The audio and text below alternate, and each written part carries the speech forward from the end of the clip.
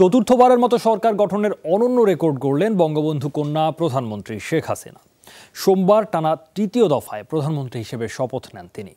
বঙ্গভবনের রাষ্ট্রপতি আব্দুল হামিদ তাকে প্রধানমন্ত্রী ও গোপনীয়তার শপথ পাঠ করান।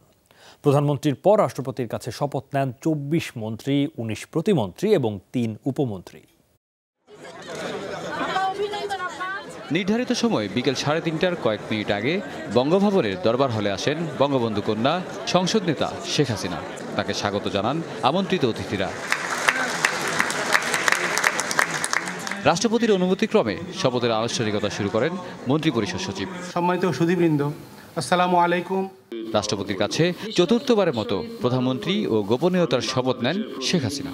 আমি বাংলাদেশের প্রতি অকৃত্রিম বিশ্বাস ও আনুগত্য পোষণ করিব। পরে সই করেন শপথনামায়। প্রধানমন্ত্রীর পর মন্ত্রী হিসেবে ২৪ জনকে শপথ পড়ান রাষ্ট্রপতি, যাদের ৯ জনই প্রথমবারের মতো স্থান পেয়েছেন মন্ত্রিসভায়। কয়েকজন এর আগে দায়িত্ব পালন করেছেন প্রতিমন্ত্রীর।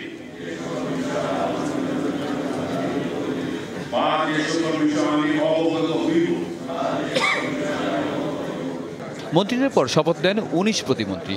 তাদের মধ্যেও ১৫ জন প্রথমবার স্থান পেয়েছেন মন্ত্রিসভায়। সবার শেষে শপথ নেন ৩ উপমন্ত্রী। তারা ৩ জনই প্রথমবারের মতো পেয়েছেন এই গুরুত্বপূর্ণ দায়িত্ব। বাংলাদেশের প্রতি অকৃত্রিম বিশ্বাস। তাওহিদ মিথুন, যমুনা নিউজ, ঢাকা।